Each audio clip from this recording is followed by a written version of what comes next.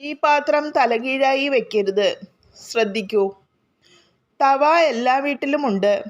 പാചകത്തിന് ഏറെ ഉപയോഗിക്കുന്ന തവ ചപ്പാത്തി ഉണ്ടാക്കാൻ മാത്രമല്ല, വാസ്തു നിയമങ്ങളനുസരിച്ച് ഇത് പണത്തിൻ്റെ ഒരു ഘടകമാണ്. തവ സൂക്ഷിക്കുന്ന അവസരത്തിൽ ചില കാര്യങ്ങൾ ശ്രദ്ധിക്കണം. ശരിയായ രീതിയിലും ചിട്ടകളിലും തവ വീട്ടിൽ സൂക്ഷിക്കുകയാണെങ്കിൽ അത് വളരെ ശുഭകരമായ ഫലങ്ങൾ നൽകുന്നു.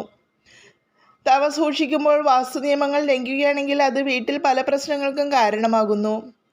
വാസ്തുപ്രകാരം തവ വളരെ പ്രധാനമാണ്. പക്ഷേ അത് ഒരു പ്രത്യേക സ്ഥലത്ത് ഒരു പ്രത്യേക രീതിയിൽ സ്ഥാപിക്കുമ്പോൾ മാത്രം ഗുണഫലങ്ങൾ നൽകുന്നു. വാസ്തുപ്രകാരം തവയും ചീനച്ചട്ടിയും രാഹുവിനെ പ്രതിനിധീകരിക്കുന്നു. അതിനാൽ ഈ രണ്ട് സാധനങ്ങളുടെയും ശുചിത്വത്തിലും പരിപാലനത്തിലും പ്രത്യേക ശ്രദ്ധ നൽകണം.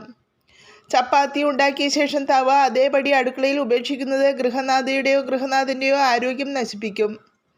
നിങ്ങൾ തവ അല്ലെങ്കിൽ പാൻ ഉപയോഗിക്കുന്ന അവസരത്തിലെല്ലാം അത് നന്നായി കഴുകി ഉണക്കി വയ്ക്കാൻ ശ്രദ്ധിക്കുക. രാത്രി ഉപയോഗിച്ച ശേഷം തവ കഴുകി അതിൻ്റെ സ്ഥാനത്ത് വയ്ക്കുക. രാത്രിയിൽ തവയും പാനും ഒരിക്കലും വൃത്തികേടായി ഉപേക്ഷിക്കരുത്.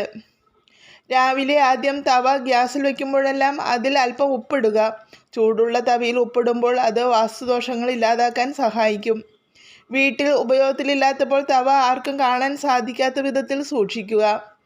തവ ഒരിക്കലും തലകീഴായി സൂക്ഷിക്കരുത്. ഇത് കടുത്ത സാമ്പത്തിക പ്രതിസന്ധിക്കും പ്രശ്നങ്ങൾക്കും കാരണമാകും.